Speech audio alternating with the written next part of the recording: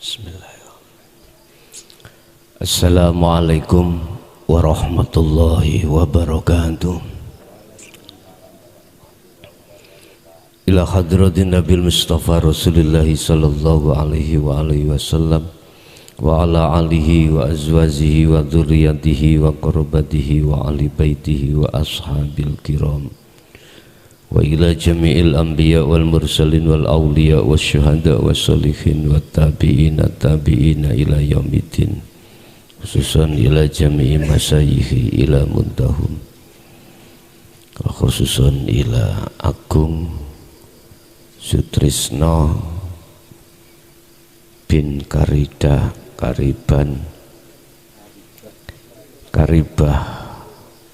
wafrallahu lahu min dunubihi wa kafir anhu sayyi'atihi wa adkhalhu ila rahmatika ya Allah wa ila abaina wa ummatina wa azdadina wa masyaikhina wa auladina wa azwajina wa dzurriyyatina wa ahli baitina wa khususan ila jami'il arwah fi hadzal majlis wa ghairuhum ij'alhum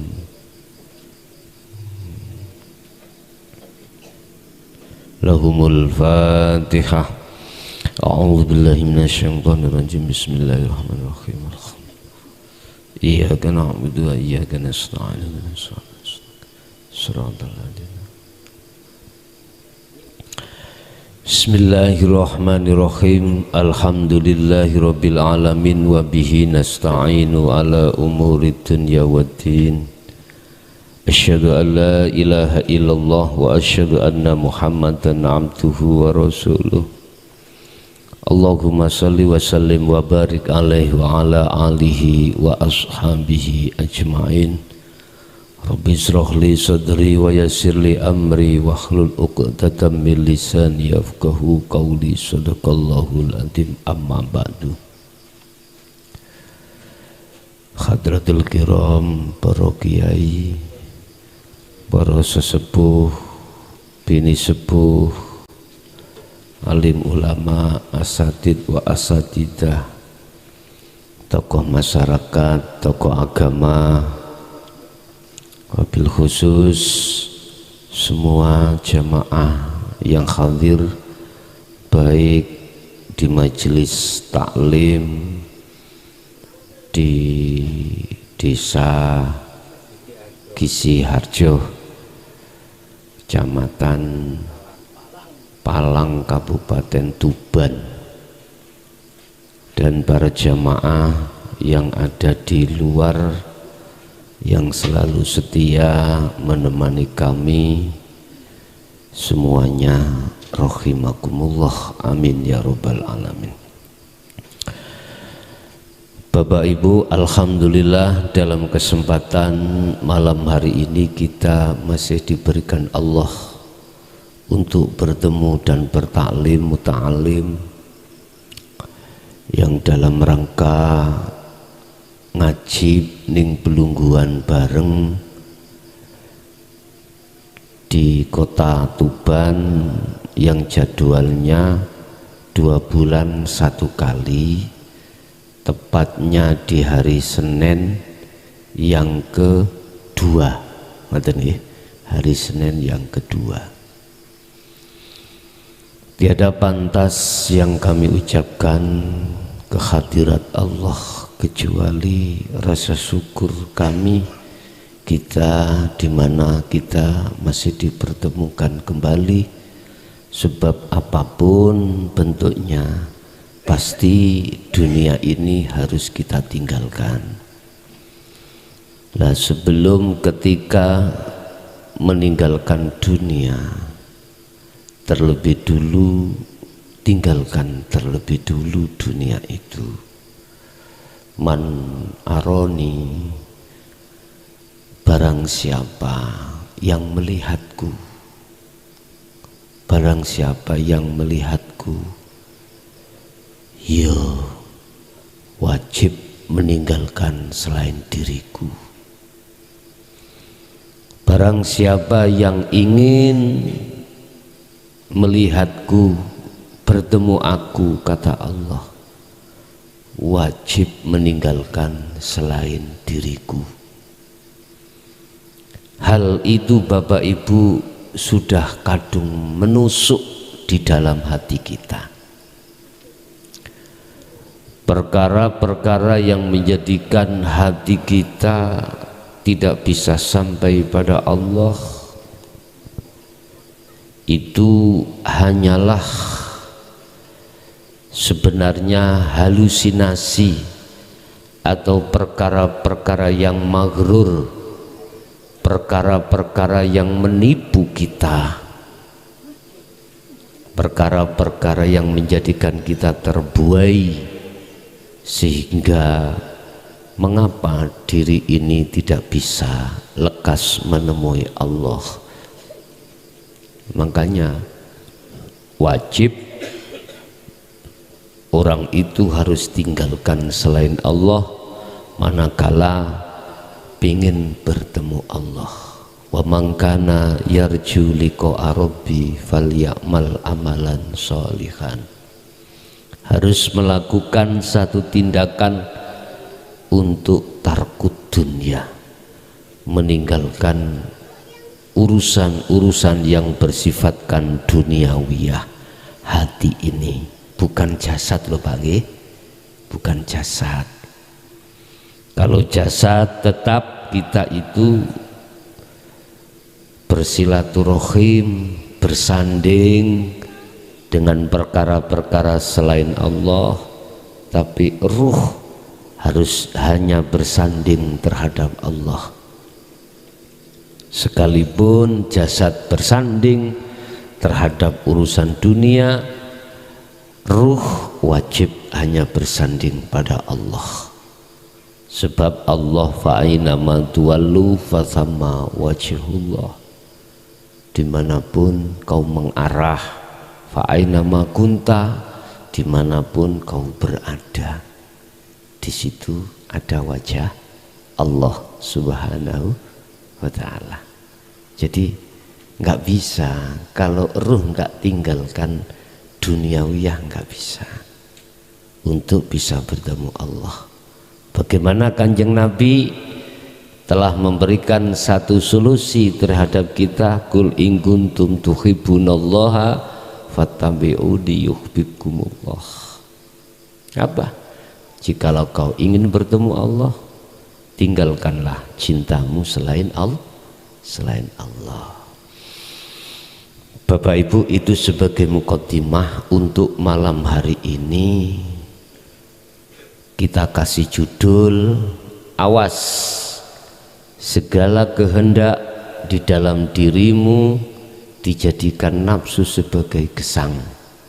Artinya semua kehendak apapun tanpa terkecuali nafsu itu masuk di dalam kehendak itu sehingga rusak kehendak ini. Artinya kehendak tidak menjadikan nilai taat di mata Allah, bahkan kehendak menjadi nilai maksiat terhadap Allah. Oleh sebab itu, lewat materi ini nanti kami akan membahas, mengulas semua kehendak apa yang ada diri kita, bagaimana caranya tidak menjadi kehendak atau kepentingan hawa nafsu. Bapak Ibu hadirin jamaah rahimakumullah, kalau kita bicara nafsu, nun faksin, nafsun, nafsin, nafsan,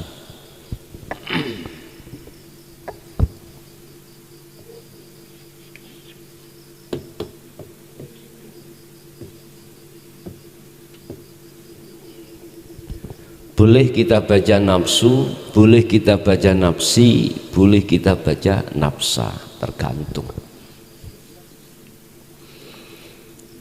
Nafsu, apa sih nafsu itu? Kalau kita bicara di thariqah banyak nafsu. kula niki kesuwen ngoten niku. Langsung mawon masalah jenengan juga sudah paham tentang perjalanan menuju Allah. Di dalam nafsu niku banyak nama-nama. Ono nafsia, ono amaro, ada saya tidak bicara itu. Saya jadikan satu wadah nun faksin nafsu itu adalah diri. Dikatakan nafsu menjadikan maksiat terhadap Allah, manakala diri ini rasa di dalam diri ini kokoh yakin selain hidup. Bahasanya diri saya, ingsun, makhluk. Rasa jatuhnya di situ atau di luar saya. Ketika saya melihat istri, suami, anak, apapun, dalam hatiku kok ya diri itu manjingi rasa terhadap makhluk, berarti inilah yang dimaksud Kanjeng Nabi nafsu yang dijinakkan, apapun itu. Dan inilah yang di dalam Syekh Ibnu Athaillah dawuh iku ya kuwi nafsu sing ngajak ruh itu untuk maksiat pada Allah. Maksiate ruh iku apa? Wa yabghuna iwaja wa yasudduna an sabilillah. Dan atau wa yastahibbunal hayatad dunya alal akhirah. Intinya membelokkan perjalanan ruh mau menuju Allah dibelokkan oleh nafsu, dibelokkan. Mau ruh itu mentajalikan Allah, biar nun faksin itu dari menjadi ingsun, keingsunan Allah itu nggak boleh. Nafsu menghajar itu nggak boleh, nggak akan pernah ridho, tidak akan pernah ikhlas manakala satu jiwa manusia atau satu ruh manusia masuk di dalam pengertian tajalli Allah. Nggak boleh, harus ketakholi itu nafsu. Nggak usah jauh-jauh Pak, nggak usah jauh-jauh diri saya. Yang disebut maksiat terhadap Allah ruh ini manakala saya duduk di takholi. Nafsu yang kami sebut di sini memaksa diriku untuk rasa yang berbuah itu rasa hamba, rasa makhluk. Ini wa yastahibbunal hayatad dunya alal akhirah. Mereka menjadikan, mereka nafsu itu ya, menjadikan hati saya, bagaimana hati saya itu bersukaria, ruh ini bersukaria terhadap selain Allah. Wa yasudduna an sabilillah. Dan nafsu itu menjadikan ruh saya dihalang-halangi, jangan sampai saya berjalan di atas jalan Allah. Ngaji ini biar ada karena selain Allah. Apakah itu karena ingin dipuja, ingin tambah popularitas, ingin tambah pengikut? Itu nafsu seperti itu. Mencecar ruh ini supaya saya tidak berjalan di atas jalan Allah. Tambah lagi wa yabghunaha iwaja. Nafsu dalam diriku menginginkan supaya ruhku ini nggak mau zikir. Nggak boleh Pak, zikir itu nggak boleh. Nafsu itu melarang kita untuk berzikir, apalagi zikir yang menjadikan ruh itu duduk di tajalli, sangat dilarang. Kalau zikir yang tidak menjadikan ruh duduk di tajalli, silakan, malah diberikan satu semangat. Udah lanjut. Nafsu tahu kalau endingnya kemana. Kau zikir ini, kau zikir itu. Nafsu tahu Pak, endingnya kemana. Kalau endingnya itu di bawah maqam musyahadah, nafsu mendukung Pak, mendukung. Loh, sholat ini didukung sampai nafsu sampean. Sholat secara jasmani ini lho Pak nggih. Wah, didukung. Pol didukungi pol. Jadi tambah semangat, apalagi kita yang malam seringkali bahkan sudah kebiasaan mulai dulu waktu kita bujang, waktu kita masih bikrun, masih perawan, kita mengistiqomahkan sholat tahajud malam dan berzikir. Didelok, nafsu melihat endingnya kemana. Kalau endingnya selain Allah, ada maksud tertentu supaya digdoyoh, supaya sakti, supaya berkaromah, supaya berhikmah, apalagi supaya ketemu Nabi Khidir, Nabi Ilyas, mau macam-macam, pokoknya selain Allah pasti nafsu itu dukung. Wisruah mendukung Pak. Kan dulu kan sering kita itu dikasih tahu seseorang, termasuk mungkin guru kita ya, waktu sebelum subuh tawuru mau bangun kok yo angel, ya dikasih tahu telapuk matamu itu digandoli setan, nggak boleh sholat, kayak ruh setan ae. Boten. Ada sebuah cerita.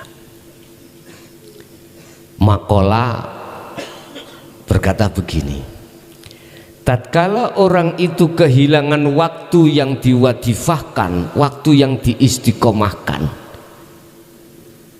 katakanlah apa sing istiqomah nomang sholat dalu,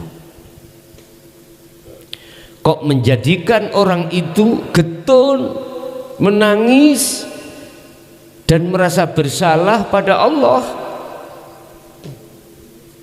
Mohon maaf, iblis itu gugah Pak, terus digugah terus iblis, hati terus waktu-waktu itu istiqomah terus. Orang ini kalau istiqomah gak kecolongan,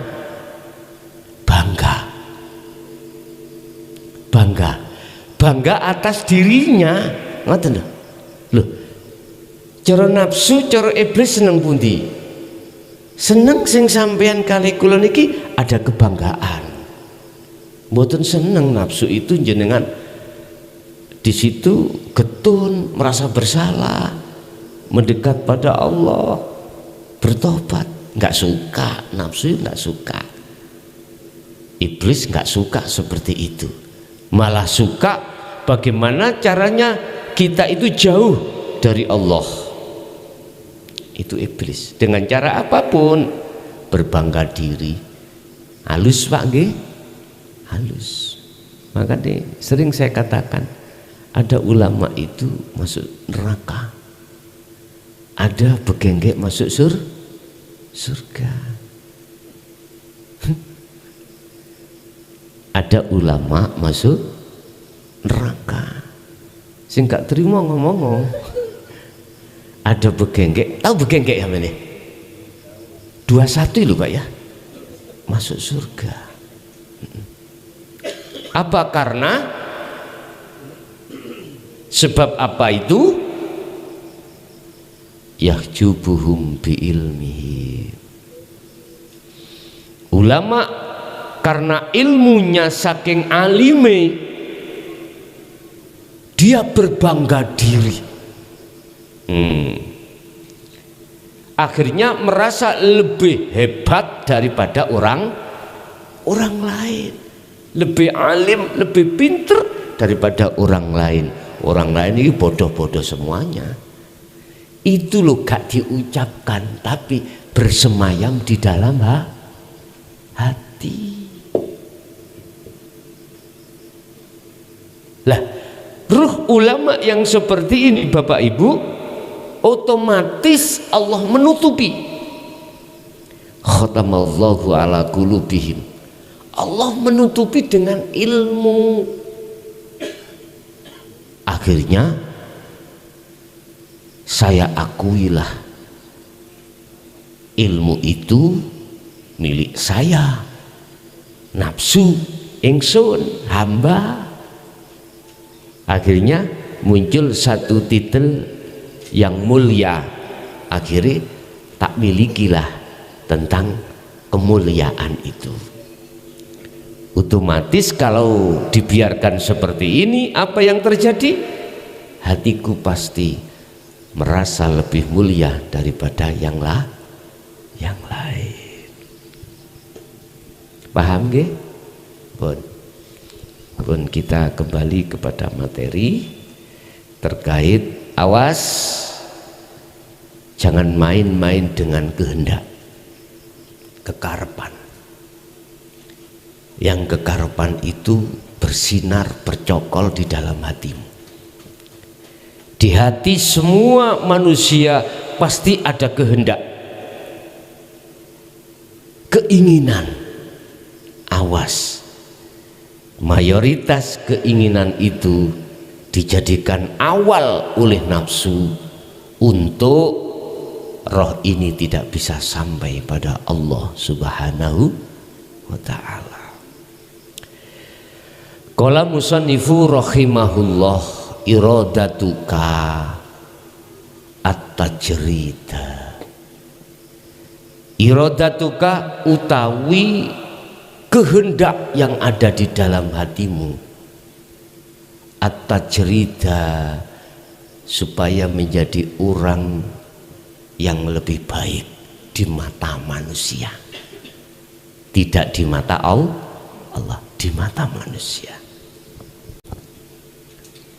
Niki macam-macam kehendak yang berbentuk apa? Umpama kita yang berumah tangga ini Pak,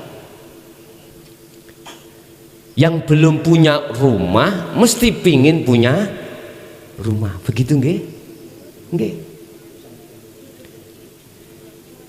Yang sudah punya rumah kepingin rumah itu di dalamnya itu ada semuanya, lengkap. Apakah yang ada di mbale, di tengah, di dapur, bisa semuanya lengkap. Manusiawiyah mboten ngeten nih. Manusiawiyah. Boleh seperti itu, wajar. Wajar. Boleh, silakan. Kita yang punya bisnis jual beli, katakanlah pengen jual beli itu jenengan omsetnya tambah baik. Yang tadinya modal 50 mekar, bagaimana bisa 100. Yang 1 juta mekar menjadi tambah banyak. Ini prinsip orang yang berdagang seperti itu. Ada orang yang berdagang bondo seket muga-muga tadi 20? Nggak ada ya? Nggak ada. Sifat manusiawiyah itu seperti itu. Kecuali Rasulullah. Coba, mungkin kita bisa meniru Rasulullah waktu dagang yang benar bagaimana. Gini, kita kan biasa nih dagang itu kan jaluk badi sing akeh toh Pak ya. Akhirnya di situ yang masalah riba tidak kita perhatikan. Ini modal kita beli 50, gula kita 50. Pasti kita jual di atas 50. Ketika dagangannya ada yang mengharapkan, berkata saya, ini sampai beli 75, gulaane kula paling tidak nggih. Iki mboten jujur, cara kula mboten. Gulaan kula niku namung swidak. Aku njukuk badhe mek 15. Inilah yang tidak diperbolehkan, kan riba. Gulaannya kita 50, saya katakan gulaannya itu saya 60. Wis saya ngambil untung 15 mawon. Wis iki riba.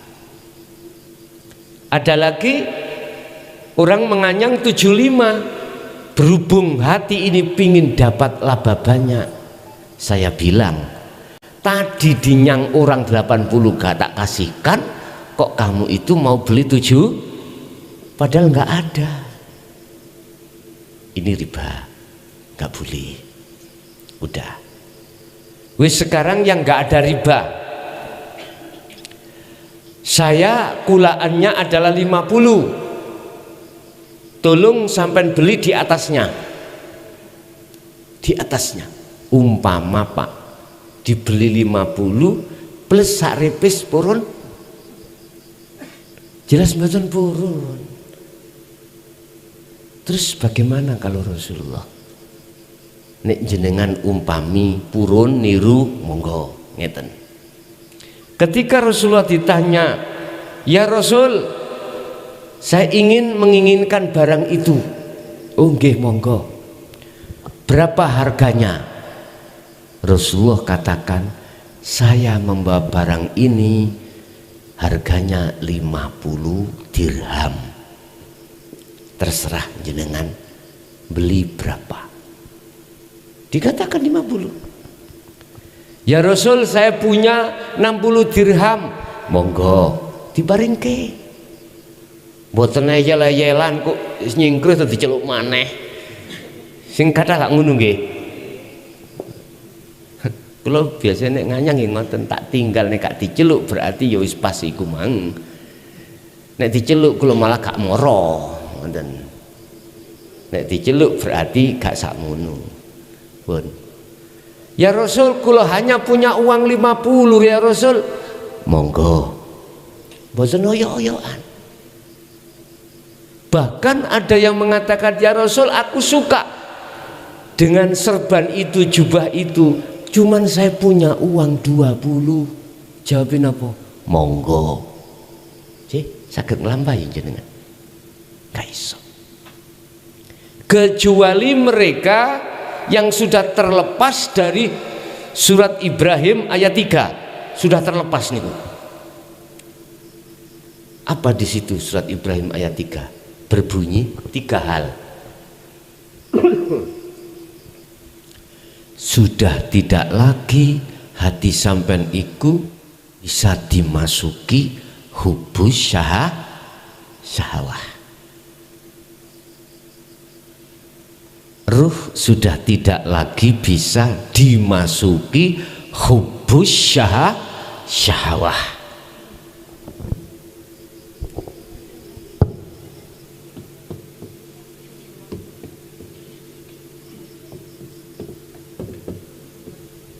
Apa hubbus syahwah?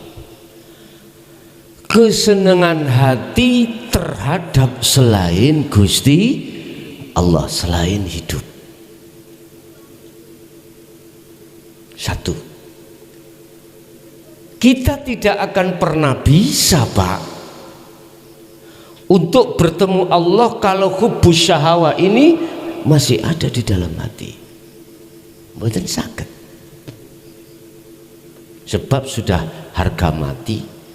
Kalau kau ingin tahu wujudnya matahari, jangan lihat sinarnya matahari. Nah, terus bagaimana saya bisa melihatnya wujudnya matahari? Sebab orang yang masuk di dalam matahari lewat sinarnya pasti hancur. Jangan dilihat di kala waktu siang, Pak. Nggak mampu mata ini, nggak akan bisa melihat wujudnya matahari. Lihatlah pada waktu malam yang sinarnya tidak keluar, baru ketemu. Malam kan gelap, Pak, nggih? Gelap. Hati siapapun yang sudah menggelapkan urusan ini, itulah awal seseorang disebut bertemu Allah. Itu pertama. Yang kedua, wa yasudduna an sabilillah, dikatakan kita bebas dari tipu daya nafsu yang gandoli kita berjalan di atas jalan Allah. Bebas sudah. Yang ketiga, kita tidak akan pernah bisa dibengkokkan nafsu dari jalan yang benar. Ulaika, sebab apa? Mereka itu ulaika fi dhalalim ba'id.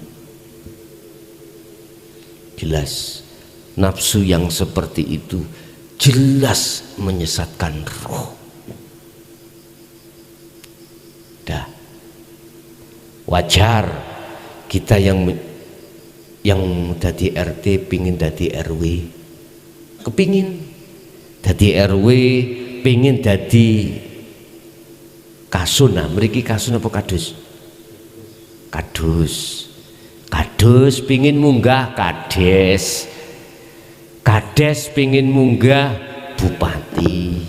Wajar, Pak. Tapi saya titip pesan, awas dengan kehendak itu. Awas. Sebab kehendak itu ada kalanya Anda terjerumus dalam kesesatan, ada kalanya justru Anda itu menuju jalan terhadap Allah. Iradatuka at-tajrida, kemauanmu untuk lebih baik iku ma'a iqamatillah, bersamaan dengan apa di situ? Jumenenge karepmu iku nang Allah, jumenenge karepmu iku menyang Allah. Tapi mohon maaf,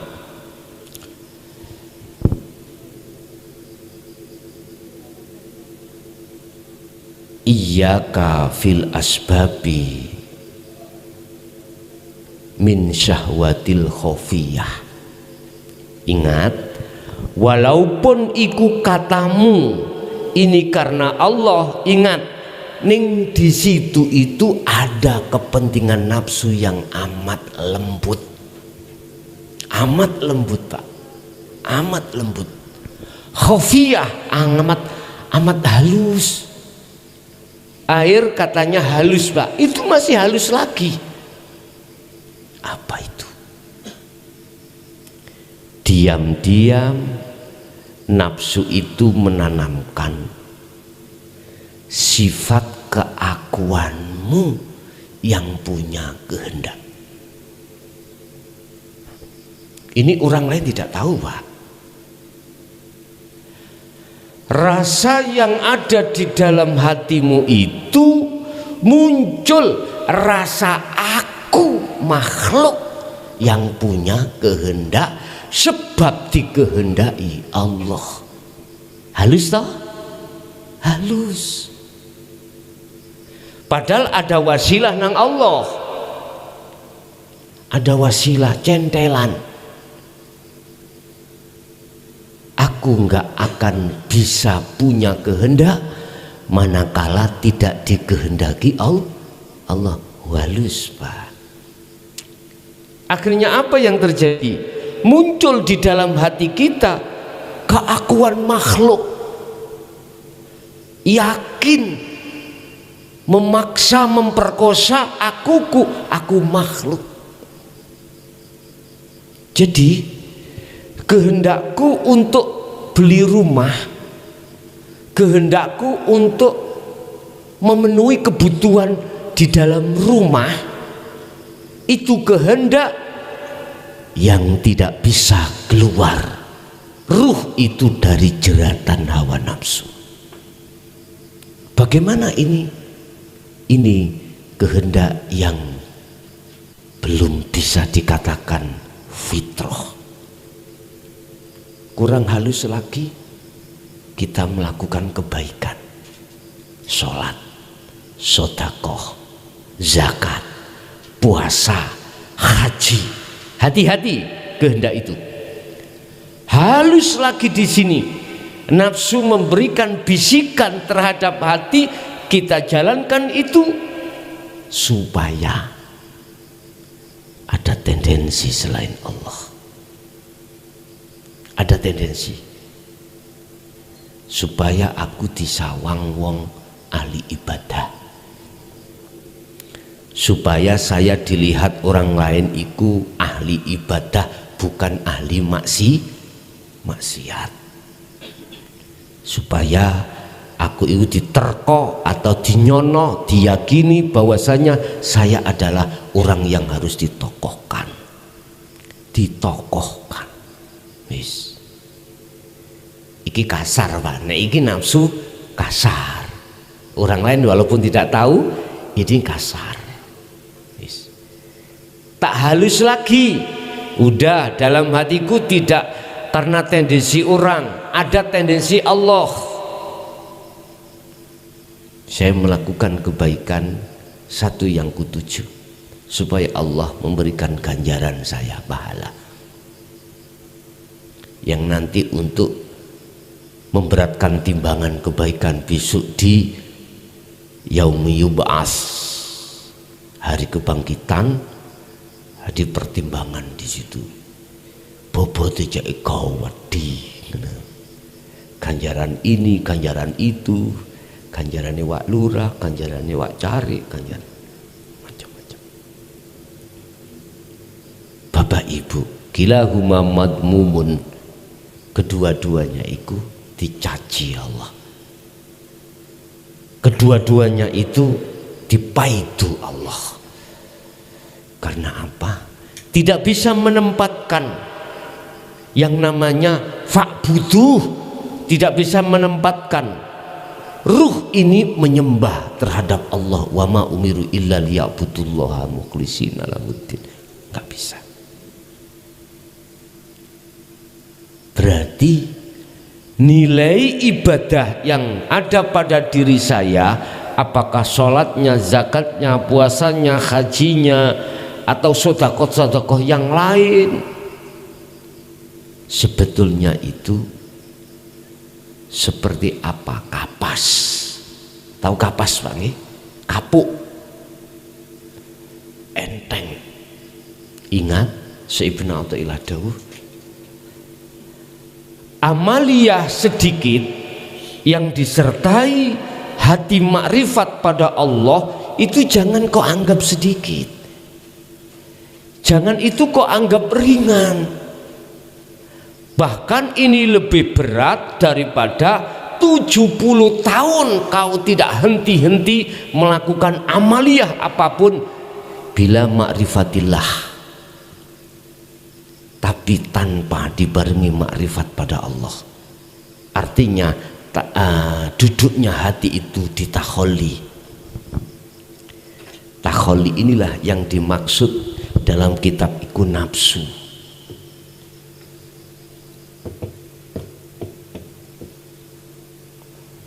Takholi.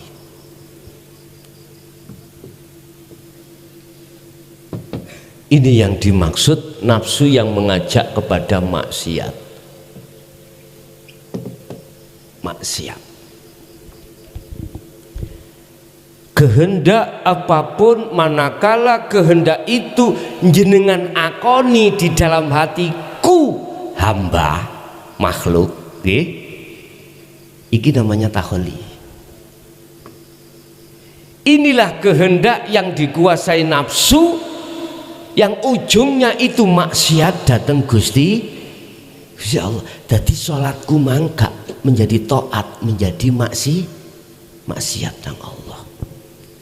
Mohon maaf tidak mengurangi rasa hormat saya, ya. Sholat saya ini jadi maksiat, tapi tidak bisa diterima di golongan yang masih paham tauhid la ilaha illallah wa huwa, mboten saged diterima. Salat kok maksiat. Lah ngeten nggih. Ini ada kepentingan nafsu yang amat halus terhadap diri saya. Jelas, Pak. Makanya kehendak segala apapun tolong sekali lagi sampean ruwi apa ya? Cara di oyak-ayik ngeten Pak ya. Dinalar-nalar. Nah, di sini dinalar-nalar ya.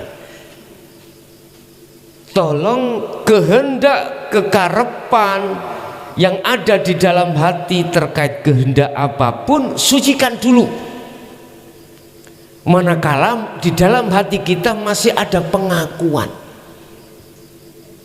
Abot lupa, abot. Tapi ini nanti akan jadi ringan bagi panjenengan yang sudah terbiasa. Kehendak itu ada dua wadah. Satu kehendak yang ada pada diri hati sampean, perkara apapun yang berkenaan langsung dengan jenengan. Ada kehendak yang ditimbulkan oleh makhluk lain. Kehendak ditimbulkan makhluk diri kita, ada juga di luar diri kita. Sebab Allah katakan dalam surah Al-Hadid ayat 3 bahwasanya Allah itu di awal ya di akhir, di dalam ya di luar, wal awwalu wal akhir wal dhahiru wal batin. Saiki bisa sekarang sampai mudah untuk menetapkan kehendak itu dalam dirimu Allah yang ada kaitannya dengan dirimu. Sekarang di makhluk lain bagaimana? Contoh, saya punya korean Pak. Saya anggap korean itu harta yang paling mahal bagi saya. Tak letakkan di depan rumah. Si A ke situ ngambil, karena ini barang berharga, dibawa. Saya tahu lewat jendela. Si A nggak tahu kalau saya tahu. Si A nggak tahu kalau saya itu tahu yang mengambil itu si A. Kira-kira kehendak mengambil di sini akhirnya wujudi kehendak mengambil korean ini yang disebut takdir. Kira-kira hati bisa berkata Allah? Hati Kira-kira hati menetapkan tajalli Allah bisa? Wangel. Nggih. Jelas-jelas iku dicolong, gak diminta, diambil, dicuri. Apalagi pinggir saya ada teman sebagai saksi kalau si A yang mencuri. Aku tanya si A, teman saya, yakin kau yang mencuri si A? Oh enggak, yakin, saya tahu.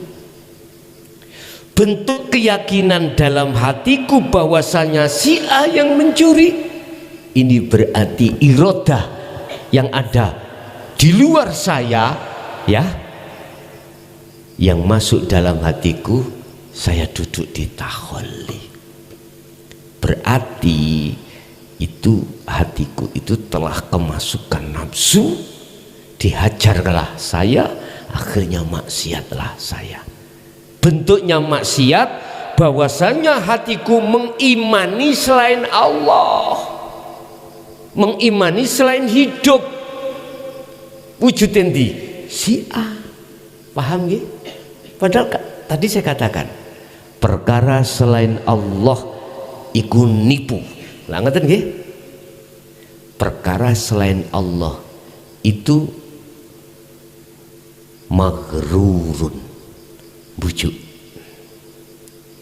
wujudnya bujuk, nggih betul. Tapi mengapa saya kok beriman si A yang disebut mukawwanat itu kok wujud? Rafape dicilik Dik, ya. Mengapa iman hatiku di situ tatkala melakukan percaya terhadap selain Allah itu disebut maksiat? Mengapa? Karena Allah sudah memberikan satu rambu-rambu, ani butullaha wajtanibut taghut. Hirah arahno hatimu mung ning aku, wajtanibut taghut ojo kok arahno hatimu iku nang sakliyane aku. Jauhi itu, karena itu semuanya selain aku akan menipumu, akan menjadi kau rusak hubunganmu dengan aku. Ini Pak, ini takholli, jadi maksiat. Jadi irodah apapun, kekarepan opo wae, kehendak panjenengan apapun, tolong sekali lagi belajarlah untuk menetapkan keakuan Allah. Caranya bagaimana? Yang sudah paham dititipi Allah dzikir sirul asrar, lakukan itu terus. Dulu sudah saya katakan, kita dibimbing Allah lewat Kanjeng Nabi, tauhid la ilaha illa anta. Di dalamnya tersimpan dzikir sirul asrar, dan di dalam dzikir sirul asrar itu ada 3 pemahaman, 3 pintu. Pintu pertama, pembersihan dari keimanan selain Allah yang disebut syu'arul basiro, rasa yang ada di dalam diri. Hujamkan rasa keakuan Allah yang berperan, yang wujud, yang apapun. Dengan cara begitu Bapak Ibu, maka rasa takholli, keakuan makhluk, iman yang selain terhadap Allah, hidup itu dengan sendirinya akan surup, padam, dan hilang. Akhirnya wa ainul basirah, itulah detik-detik yang disebut pertemuanmu terhadap Tuhanmu. Itulah detik-detik disebut ma'rifatullah. Wa ammal arifuna la yarawna li anfusihim syai'an. Bagi hati yang seperti itu sudah tidak mudah lagi tatkala ada perkara yang muncul pada dirinya maupun makhluk lain itu beriman terhadap makhluk, tapi bal yusyahiduna annal fa'ila huwallahu ta'ala. Bahkan yang berkibar di dalam hatimu itu hanyalah iman. Hidup itu yang berperan. Wa annal fa'ila, sesungguhnya yang wujud, sesungguhnya yang berperan, sesungguhnya yang hidup, sesungguhnya yang apapun, huwallahu ta'ala. Itulah yang disebut Allah subhanahu wa ta'ala. Bahasa syariate wong Islam. Nek bahasa syariate wong Hindu beda, bukan Allah. Sebutane beda maneh. Napa, Pak? Sang Hyang Widi. Ada yang Sang Hyang Sekerta, Sang Hyang Dumadi wong kejawen, Sang Hyang Hidup, Sang Hyang Maha Suci. Wis sak penakmu. Gusti Allah gak bakal muring-muring kok, Pak. Celuken jeneng sing ya apa, mboten muring-muring. Bahkan ada yang Allah, mboten Allah, Allah. Lah ngeten nggih. Wis, sampean gak usah terpengaruh dengan nama-nama. Artinya gak usah karena nama terus gegeran, gak usah. Tapi dimanapun pasti gegeran, lamuno belum sampai kali kula niki sampai pada Tuhan, sampai pada Allah, tetep sik gegeran. Sing bener iku Allah jenenge.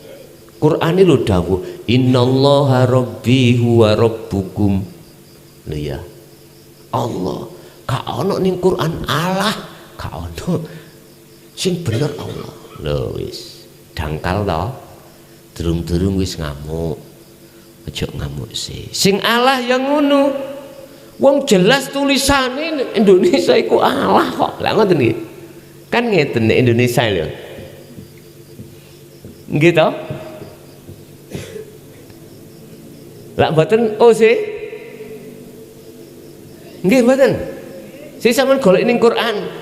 Quran lho nulis Allah. Ngono kok. Nek iku Indonesia ditulis Indonesia abjad. Tapi nek bahasa Arab ya Allah. Tapi di abjad nah tulisannya nggih ngeten iki Allah. Jadi yo mereka-mereka yang nyebut Allah, wong sing bener tulisannya Allah. Mbuh iki ceritane biyen kaya apa? Kok ditulis Indonesia A L L A H. Jadi agak salah nek diwaca Allah. Lah ngono nggih. Wong Jawa ya ngono berangkate ndugi wong Jawa. Wong Jawa mbiyen iku nyebut Allah angel, Pak. Para sepuh, wah iki piye ya? Nek tak duki cara bahasa Quran, wah gak paham. Wis ngene ae, awak dhewe punya dasar ning Quran iku. Allah iku nek ngutus nang satu kaum, iku memakai bahasa kaum itu dengan maksud supaya mudah diterima, dimengerti. Akhirnya para kekasih Allah, wali-waline Allah zaman sebelum Mojopahit niku bayang. Jadi ya bagaimana Arab iki tulisan Arab Quran iku dipindah dengan bahasa Jawa. Akhirnya wong Jawa di ngomong Allah gak iso. Allah, berarti gampang Allah. Bapak Ibu hadirin jamaah rahimakumullah. Jasa sesepuh-sesepuh dulu sehingga menguak rahasia di dalam Al-Quran di jalur dinul haq itu, akhirnya muncullah ilmu sejati, nggih. Sing semuanya itu mengkaji tentang nafsu dalam diri kita, bagaimana sekiranya jinak, dengan begitu si ruh itu bisa kembali pada Tuhannya. Akhirnya disebut ikilah ajaran sangkan paraning dumati. Lho iku jasa luar biasa, Pak. Lah, kalau kita terjemahkan di dalam bahasa Quran, inilah tauhid yang dibawa oleh Rasulullah di tingkatan la ilaha illa anta dan la ilaha illa ana. Kalau sudah kemasuk ana, ekstrimnya luar biasa, Pak. Artinya irodah, kalau di dalam hatimu sudah duduk di tajalli,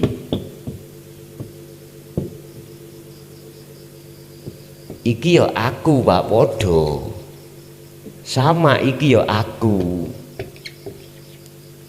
tapi bedane aku ning takholi iku, roh iku yakin makhluk. Contoh, sing ngaji sapa? Mukhlason, ati yakin mukhlason, makhluk. Takholi. Muhammad katakan kul innama ana basarum mislukum. Katakan Muhammad kalau kau itu juga manusia. Rasul akhirnya dawuh, sesungguhnya saya itu sama dengan kau. Basarun podo menungsoni. Niki kan sesuatu yang nipu toh, Pak, ya.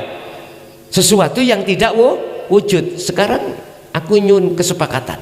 Jenengan makhluk no bukan? Makhluk. Ruh Muhammad Rasulullah makhluk mboten?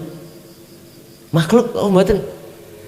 Muhammad bin Abdillah sebagai Rasulullah la nabiyya ba'da, apakah itu Tuhan apa makhluk? Sepakat nggih? Oke. Pancen sepakat. Tolong ayo konsisten dengan apa? Dengan dawuh Allah dalam surah Al-Kahfi yang Muhammad disuruh dawuh, innama ana basarum mislukum. Rasulullah dikongkon dawuh, Pak, dawuh ngene, kanca-kanca, aku iki padha mbek awakmu, padha makhluke, padha menungsone. Ojo mujo aku, ojo muji aku, ojo nyembah aku, sembahan opo sopo sing tak sembah. Itu Rasulullah. Berarti dawuh sing seperti itu betul-betul Rasulullah menafikan seluruh selain Allah. Selain Allah itu batil, hanya Allah yang hak. Al-haqqu laisa bimahjubin.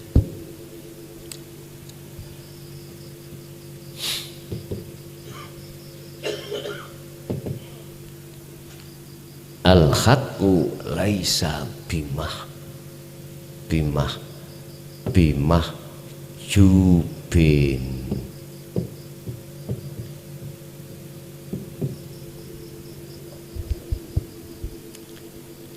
Al-haqqu utawi kebenaran. Hak iku maksudnya Allah, bahasa syariat. Al-haq iki lho, Pak. Cetok nggih? Ini ya ada di dalam, ya ada di luar. Paham ya? Oke. Iku laisa. Ora ono apa hak, ora bisa apa hak iku bimahjubin ditutupi. Iki lho, Pak, gak iso ditutupi.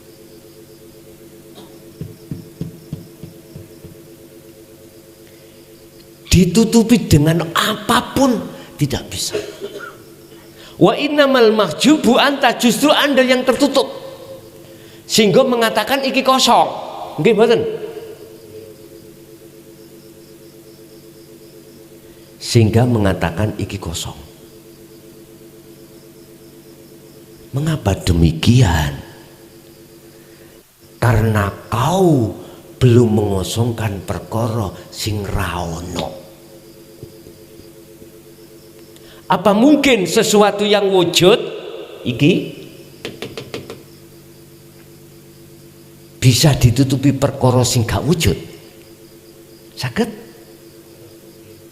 Gak mungkin. Apa mungkin sesuatu yang wujud iku ditutupi dengan perkara yang tidak wujud alias adam? Ya enggak mungkin. Wa innamal mahjubu anta, justru Anda yang tertutup karena mengatakan selain Allah itu ada. Itu loh persoalannya. Sehingga bahasa kebudan, sing kosong iku berisi, yang berisi iku, itu jawaban yang benar. Makalah itu benar, yang kosong iku berisi, yang berisi iku kosong. Mana yang kosong? Yang kita anggap kosong ini, justru ini gak kosong sebetulnya, disebut berisi. Tapi yang berisi iku hakikati kosong. Mana? Ya ini Pak. Selain ini ya, termasuk disebut mukawwanat. Bahasa kitab hikam itu disebut mukawwanat. Apa mukawwanat? Perkara yang kau adakan. Bahasa syariat, adanya sebab diadakan di situ. Itu namanya mukawwanat. Mukawwanat. Ketika kita mentajalikan kehendak di dalam diri kita yang berhubungan dengan diri kita, itu mudah. Lebih sulit tatkala kehendak itu manjing di dalam rasa makhluk selain kita. Si A, si B, si C dan sebagainya. Contoh gimana loh? Tapi bukan berarti perkara yang sulit kita tinggalkan. Tidak boleh. Justru perkara yang sulit harus kita urai bagaimana menjadi mudah. Sama halnya ceritanya ketika apa yang ada pada diri kita kehendak itu susah untuk kita tajalikan, sekarang jadi mudah. Terus bagaimana kehendak yang ada pada di luar diri kita itu menjadi mudah? Kuncinya cuma satu. Fakotistamsaka bil urwatil wusqa lam fisomalaha. Pegang teguh yang namanya zikir yang menghujamkan hatimu untuk hanya beriman pada Sang Yang hidup atas segala-galanya. Oh, tanpa kecuali Pak ya, tanpa segala-galanya. Baik yang mendengarkan, yang melihat, yang wujud, yang berkehendak dan lain sebagainya.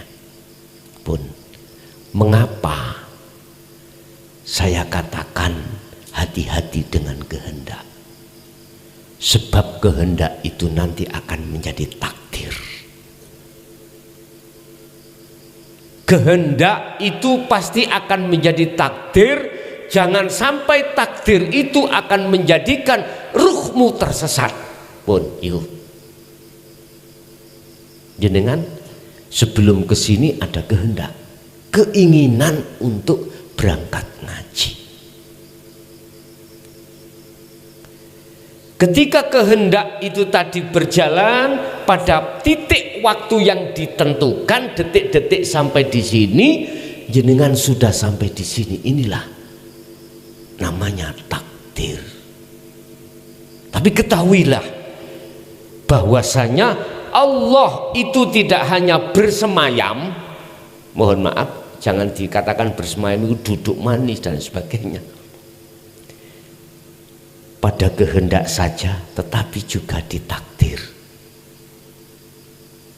Siapa yang waktu kehendak itu sudah mentajalikan, maka ditakdir pun akan jadi taat, mboten maksiat. Jadi tajali gimana? Tetap nafsu, tapi aku Allah. Aku Allah. Akhirnya itulah disebut taat.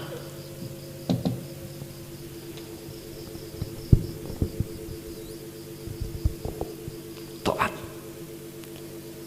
Ini Pak hanya bisa dilakukan oleh orang-orang yang sudah 100% melebet datang surat Al-Imran ayat 31. Dan ini Pak dilakukan oleh orang-orang yang sudah masuk di dalam surat Al-Imran ayat 31, surat Al-Anbiya ayat 25. Selain itu nggak bisa Pak. Siapa yang ada di Al-Imran 31 tadi? Mereka yang sebagai pengikut Rasulullah. Pengikut, bukan penghibur, penggemar, bukan. Betul loh Pak, pengikut dengan penggemar. Betul. Nek pengikut iku atiullah wa atiur rasul, rasule nang Allah, dhek yo nang Allah. Nek penggemar mboten ngetutno Pak, nek penggemar teko joan penggemar. Nek pengikut kemanapun ikut ini. Apa pengikut Rasulullah? Yuhibbukumullah. Dia akhirnya dijadikan sebagai kekasih Allah. Sebab apa? Sebab dia sudah melepaskan niki Pak, melepaskan perkara-perkara selain Allah hatinya. Caranya bagaimana? Udah ya kai, dikira terus, sing zikir tanpa nama, tanpa isim, tanpa suara, tanpa lafaz, tanpa kalam. Itulah yang dimaksud baginda Rasul yang sering diucapkan oleh Nabi Yunus, la ilaha illa anta subhanaka inni kuntu minal zalim. Anta berarti Allah sudah dekat. Akhirnya apabila kau berzikir, bukan zikir la ilaha illa anta, bukan meneng, tapi ning atimu ngrasa sak temene urip kabeh sing ana njero njaba iki sejatine Gusti Allah. Ngoten lho kuwi. Ana pitik ngamabluk sampean ceprawet, Gusti Allah ngabluk. Hidup. Akhirnya nanti terbangun Pak sifat Rahman Rahim, sampean terbangun di situ. Yo gak gampang. Beleh pitik yo gak gampang. Macam-macam nyiksa hayawan mboten. Apabila terjadi tetap tajali. Iki lho mengapa hadis Rasulullah mengatakan nek ana pitik disantap sepeda plok mati batang. Mergae matine belai gak menyebut nama Allah. Batang. Gak boleh dimangan. Syariate lak ngono ta? Syariate. Belai pitik dicepit no lawang. Ya. Batang. Tapi nek kuwi membaca asma Allah bismillahirrahmanirrahim, keterangane mboten dadi batang. Hanya perkara gladi. Iki piye to ya? Para wali dulu itu ngambil intisari, Pak. Apa maksudnya ben gak dadi batang? Tajaliyo. Sebab menungso siji makhluk siji ambek makhluk lain bagaimana bisa membunuh wong gak ono, padha gak ono ilang ngono to. Subhanallah, gak punya hak Pak, kita menyembelih ayam gak punya hak, itu hak Allah. Apapun penyiksaan terhadap sesama makhluk itu bukan hak kita, itu hak Allah. Makanya jenengan tolong nek beleh wedhus utawa sapi utawa pitik maca bismillah, maca tapi atimu duduk ning tajalli, duduk tajalli, baru disitulah maksudnya gak jadi batang. Makanya apa sih Mbah Yai dulu mengambil hukum wirai moh nang warung, apa maneh warung itu warung iwak pitik, wedhus, sapi, gak gelem Pak. Masalahnya apa beliau? Aku gak ero yen gak pitik mang dicepit no lawang. Padahal itu dibeleh gara-gara gak ero tok lho gak gelem, iku wirai. Moh adi budal kerja niku Pak nggih bontot. Nggo teko omah, wis luwung aku sambel tempe tahu, kangkung dicah. Teko bojoku dhewe penak. Jadi mlebu warung mboten purun. Dikon mbeleh pitik mboten purun ya, mboten purun. Umpama kepeksa harus tajalli. Mboten. Ada yang seperti itu, orang tasawuf, ahli tahqiq utawa sing wis wirai nang Allah, betul-betul tidak hanya ilmu syariati sak hakikate, biasanya ngoten Pak. Mungkin Mbah iki sing pun sepuh-sepuh menangi zamane siapa sing ketok jewelas ning muka umum di sini lho Pak, Mbah Ut Pagerwojo Sudarjo bae tahun menangi ana sing beliau itu umbah-umbah mau jumbahno wong Pak, bajune sarunge bojone mboten diumbah dewi. Terus nek mepe iku lucu, pring iku diawe, mudhun pring, mudhun. Mentiyung ngoten lho. Terus sandangane dideleh ndukur kuwi. Nek ditakoni, napa Mbah? Engko piye gak diambus wedhus. Ngene nisor engko ya nek gak ana arek cilik liwat. Ya nek gak lah sampai di situ. Gak apa-apa bersikap wirai ngoten mboten napa-napa. Mboten masalah. Padahal hukum syariat walaupun ono najis kuwi gak ngerti ora apa-apa. Ora apa-apa. Kados sampean mlebu warung. Sing disuguhno iku guguk. Ngerti guguk nggih? Tapi sing dodolan iku tulisane ayam, apa jenenge kambing. Utawa kidang. Berhubung sampean gak ero cara syariat lho gak apa-apa. Teng mriki wonten sing nanti mangan iwak kethek Pak. Kethek, monyet. Kula nanti. Monyet kethek niku persis ambek kidang. Perasa aku luwih nikmat katimbang iwak pitik. Lho, Gus sampean kok mangan kethek barang lak dulur peno. Niku wonten ceritane Pak, nalikane kula niki ning penjara tahun 2010-2011 ning penjara. Anak buah niku seneng nek kula niki seneng iwak kidang. Ngoten niku teko omah dibetakni.